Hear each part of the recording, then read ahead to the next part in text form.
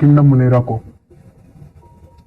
First of all, kingdom Monera contains all of the bacterias of this world. इस world के सारे bacterias को हम किंगडम मोनेरा के अंदर रखते हैं, और कह सकते हो कि 16 मेंबर इसके बैक्टीरिया ही है। इसके अंदर सारे बैक्टीरिया होते हैं। अब ये पे देखते हैं बैक्टीरियाज क्या क्या होते हैं। बैक्टीरिया यूनिसेलुलर प्रोकैरियोट्स होते हैं। अब प्रोकैरियोट्स और यूकैरियोट्स में अंतर क्या होता है? प्रोकैरियोट्स वो होते हैं जिनके अंदर न्यूक्लियस नहीं होता है बट वेल डिफाइंड न्यूक्लियस नहीं होता। ये सरवाइव कर सकते हैं हार्श हैबिटेट्स, एक्सट्रीम हैबिटेट्स में, बड़ी उन जगहों पर जहां पर नॉर्मल ह्यूमन बींग सरवाइव नहीं कर सकते, इसीलिए बैक्टीरिया सबसे ज्यादा अमाउंट में अवेलेबल है। उसके बाद एक्सट्रीम हैबिटेट्स होते क्या क्या है, जैसे कि हॉट स्प्रिंग्स के अंदर ये आराम से सर्वाइव कर लेते हैं, और डेजर्ट्स के अंदर भी आराम से सर्वाइव कर सकते हैं, स्नो के अंदर और डीप ओशंस के अंदर इन्हें ज्यादा कोई फर्क पड़ता नहीं है बैक्टीरिया को। उसके बाद मेनी ऑफ देम जो होते हैं वो लिव करते हैं किसी ऑर्गेनिज्म के ऊपर या फिर किसी ऑर्गेनिज्म के अंदर, और इन्हें ही पैरासाइट्स बोलते हैं। पैरासाइट्स बन करके काफी सारे ऑर्गेनिजम्स के ऊपर या उनके अंदर रहते हैं। और बैक्टीरिया को अगर मैं स्ट्रक्चर के अकॉर्डिंग चेकआउट करूं तो स्ट्रक्चर के अकॉर्डिंग 4 तरह के बैक्टीरिया हैं, और इन्हें 4 कैटेगरी में इसलिए डिवाइड किया। सबसे पहली जो कैटेगरी थी वो थी स्फेरिकल बैक्टीरिया, जिनको हम कोकस बोलते हैं, और प्लूरल इसका कोकाई होता है। ये कुछ इस तरह के दिखते हैं। उसके बाद दूसरे तरह के होते हैं रॉड शेप के बैक्टीरिया, मतलब एक रॉड की शेप के जैसे होते हैं, एक स्पून शेप जैसे मान लो, और इन्हें बैसिलस बोलते हैं, जिसका प्लूरल होता है बैसिलियाई। उसके बाद third one is comma shape के, इन्हें विब्रियो बोलते हैं, विब्रियो इनका प्लूरल होता है। अब जो फाइनल स्ट्रक्चर है बैक्टीरिया का वो है आपका स्पाइरल शेप के, जिसे स्पाइरिलियम बोलते हैं, और प्लूरल होता है स्पाइरिलिया।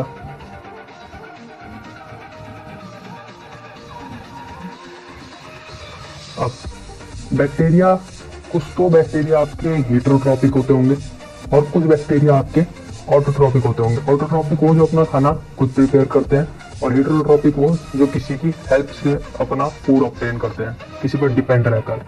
तो बैक्टीरिया कुछ ऑटोट्रॉप्स होते हैं, और बहुत ज्यादा अमाउंट में जो बैक्टीरिया होते हैं वो सारे के सारे हेटेरोट्रॉप्स होते हैं, क्योंकि अभी हमने पहले ही पढ़ा था कि वो पैरासाइट्स होते हैं बैक्टीरिया ज्यादातर। तो पैरासाइट्स वही होते हैं जो किसी और की बॉडी पर सर्वाइव कर पाते हैं। तो ऑटोट्रॉप्स तो बहुत कम है बैक्टीरिया, बट हेटेरोट्रॉप्स बहुत ज्यादा है। ऑटोट्रॉप्स आज तक हमने यही पढ़ा था कि जो फोटोसिंथेसिस करके अपना खाना बनाते हैं वो ऑटोट्रॉप्स होते हैं, लेकिन ऑटोट्रॉप असल में 2 तरह के होते हैं। फर्स्ट ऑफ द टाइप जो ऑटोट्रॉप का होता है वो तो फोटोसिंथेटिक, जो फोटोसिंथेसिस करके अपना खाना बना लेते होंगे, और जो सेकंड टाइप हमने ऑटोट्रॉप्स का पढ़ना है अब वो है हमारा केमोसिंथेटिक। और केमोसिंथेटिक और फोटोसिंथेटिक में थोड़ा सा ही फर्क है। एक तो फोटोसिंथेसिस जो होता है वो सनलाइट की हेल्प से अपना खाना प्रिपेयर करता है, और जो केमोसिंथेटिक होते हैं वो इनऑर्गेनिक कंपाउंड को ऑक्सीडाइज करके एटीपी बनाते हैं। इनऑर्गेनिक कंपाउंड की हेल्प से लेते हैं, और ये कंपाउंड होते हैं नाइट्राइल्स, और भी बहुत सारे होते हैं। उसके बाद एनरिच करता है ये एटमॉस्फेयर को O2 के साथ, क्योंकि ये फोटोसिंथेसिस कर रहा है, तो फोटोसिंथेसिस का बाई प्रोडक्ट होता है हमारा ऑक्सीजन। तो इसीलिए फोटोसिंथेसिस वाले एटमॉस्फेयर में ऑक्सीजन दे देते हैं, और जो केमोसिंथेटिक होते हैं ये एटमॉस्फेयर को न्यूट्रिएंट्स देते हैं, जैसे नाइट्रोजन, सल्फर, फास्फोरस, ऐसे न्यूट्रिएंट्स, क्योंकि ये नाइट्राइल्स और अनदर इनऑर्गेनिक कंपाउंड्स को ब्रेक करते रहते हैं स्मॉलर कंपाउंड्स के अंदर, जैसे नाइट्रोजन और फास्फोरस। आर्किबैक्टीरिया वो बैक्टीरिया है जो कि ट्रू बैक्टीरिया नहीं होता।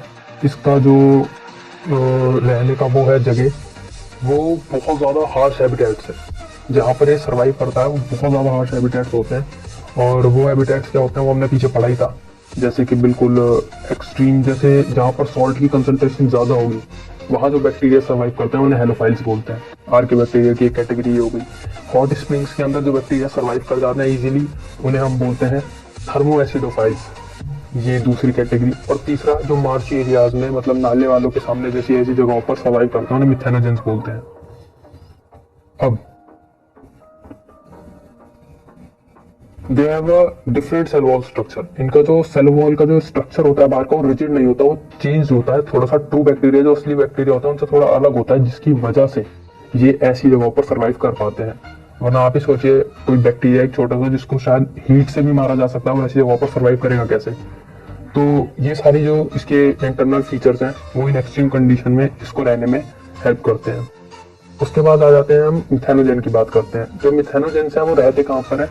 ये ज्यादातर काऊ और हमारी जो बफेलोज होती हैं उनकी गट के अंदर सर्वाइव करते हैं। मिथेनोजेन के इन्हीं गट्स के अंदर रहने वाले फीचर की वजह से जो काऊ डंग होता है उसके अंदर मीथेन गैस होती है। मिथेनोजेन के जो बॉडी का इंटरनल स्ट्रक्चर है वो काऊ डंग के अंदर जो भी एलिमेंट्स होते हैं उनसे मीथेन बनाने के लिए एबल होता है। यही बैक्टीरिया है जो रिस्पॉन्सिबल होता है काऊ डंग के अंदर मीथेन होने की वजह का। मतलब काऊ डंग के अंदर मीथेन इसी बैक्टीरिया की वजह से आता है, मिथेनोजेन की वजह से। आर्के बैक्टीरिया खत्म। अब हमें बात करनी है you bacteria, the true bacteria. You bacteria, first of all जो यू बैक्टीरिया होता है आपके एनसीईआरटी का फिगर है, और यू बैक्टीरिया ट्रू बैक्टीरिया है। और उसके बाद यू बैक्टीरिया जो होते हैं उनकी जो सेल वॉल होती है वो हमेशा रिजिड रहती है, वो चेंज नहीं करते अपना स्ट्रक्चर। उसके बाद तीसरा है, इनके पास फ्लैजेलम प्रेजेंट होता है, और फ्लैजेलम प्रेजेंट होने की वजह से, फ्लैजेलम होता क्या है? फ्लैजेलम एक टेल लाइक स्ट्रक्चर होता है जिसकी वजह से बैक्टीरिया मूव कर पाता है। अब साइनोबैक्टीरिया, इसे हम ब्लू ग्रीन एल्गी भी बोलते हैं क्योंकि माइक्रोस्कोपिक व्यू इसका कुछ ब्लू कलर का होता है और ये नॉर्मली ग्रीन कलर का दिखता है।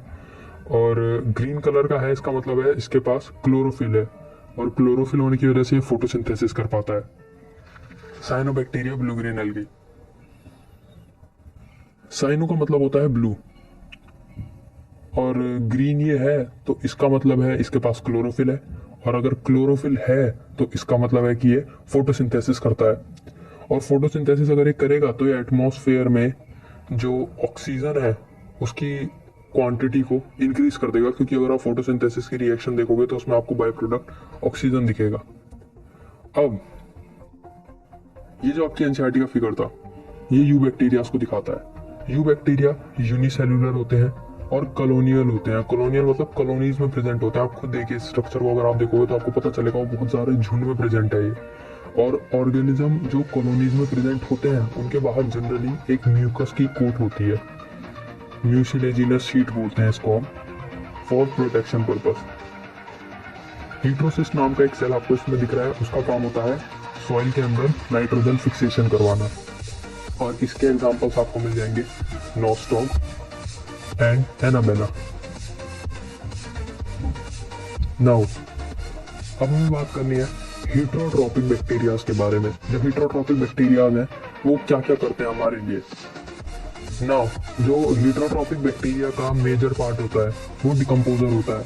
मतलब ज्यादातर यू बैक्टीरिया जो हीट्रोट्रॉपिक होंगे वो डिकम्पोजर होंगे। अभी तक हमने ऑटोट्रॉपिक बैक्टीरिया पढ़ लिया था जो कि था साइनोबैक्टीरिया। अब ये ह्यूमन के जो लाइफ्स और अफेयर्स हैं उनको अफेक्ट करते हैं। कैसे? ये हमारी लाइफ में कुछ इंपॉर्टेंट रोल्स प्ले करते हैं। लाइक क्या ऐसा काम करते हैं बैक्टीरिया जिनसे हमें बेनिफिट पहुंचता है? पहला काम वो है कन्वर्ट कर देते हैं मिल्क को कर्ड में, वो बैक्टीरिया की वजह से ही होता है। एंटीबायोटिक्स हम बैक्टीरिया की वजह से ही बनाते हैं। और नाइट्रोजन फिक्सेशन करवाते हैं लेग्यूम रूट्स में। लेग्यूम रूट्स मतलब वो वाली रूट्स, वो वाले प्लांट्स की रूट जो फल देते हो। और कुछ बैक्टीरिया पैथोजन भी होते हैं, जैसे हम जानते हैं वो हमें डैमेज पहुंचाते हैं, हमारी क्रॉप्स को डैमेज पहुंचा सकते हैं, फार्म में जो एनिमल्स हैं उनको डैमेज पहुंचाते हैं, और फाइनली जो पेट्स हैं हमारे उनको डैमेज पहुंचा देते हैं। कुछ डिजीज ही हमें करते हैं जैसे कि कोलेरा, टाइफाइड और टेटनस, सिट्रस कैंकर और एक्सेट्रा डिजीजेस जिनकी वजह से हमें होती है। उसके बाद रिप्रोड्यूस कैसे करता है बैक्टीरिया? मेनली जो बैक्टीरिया है वो रिप्रोड्यूस करता है फिजन मेथड की वजह से, मतलब ब्रेक हो जाता है 1 से 2 में। और अगर कंडीशन ऐसी ना हो, इनफेवरेबल हो, मतलब गर्मी ज़्यादा होती है बहुत, उस दौरान ये स्पोर्स क्रिएट करता है रिप्रोड्यूस करने के लिए। लेकिन बैक्टीरिया सेक्सुअली रिप्रोड्यूस भी कर सकता है। वो कैसे? ये अपना जो डीएनए होता है वो दूसरे बैक्टीरिया को देने की कैपेसिटी रखता है। मतलब ये इसके अंदर एडेप्टेशन आई है, ये अपना डीएनए दूसरे बैक्टीरिया को दे देता है, और जब वो बैक्टीरिया रिप्रोड्यूस करेगा तो उसे सेक्सुअल रिप्रोडक्शन में कंसिडर करते हैं हम। Last topic mycoplasma. और इस माइकोप्लाज्मा के अंदर सेल वॉल नहीं होती, सबसे पहली बात। स्मॉलेस्ट सेल है इस अर्थ के ऊपर अभी तक जो पाया गया है, अभी तक जो फाइंडेड है, वो सबसे छोटा सेल माइकोप्लाज्मा है। और उसके बाद ये जो सरवाइव करता है वो बिना ऑक्सीजन के करता है, इसको ऑक्सीजन की इतनी ज़्यादा रिक्वायरमेंट नहीं है फॉर हिज सर्वाइवल। और आर पैथोजेंस, ज़्यादातर एनिमल्स और प्लांट्स के लिए। ये आपका किंगडम मोनेरा पूरा का पूरा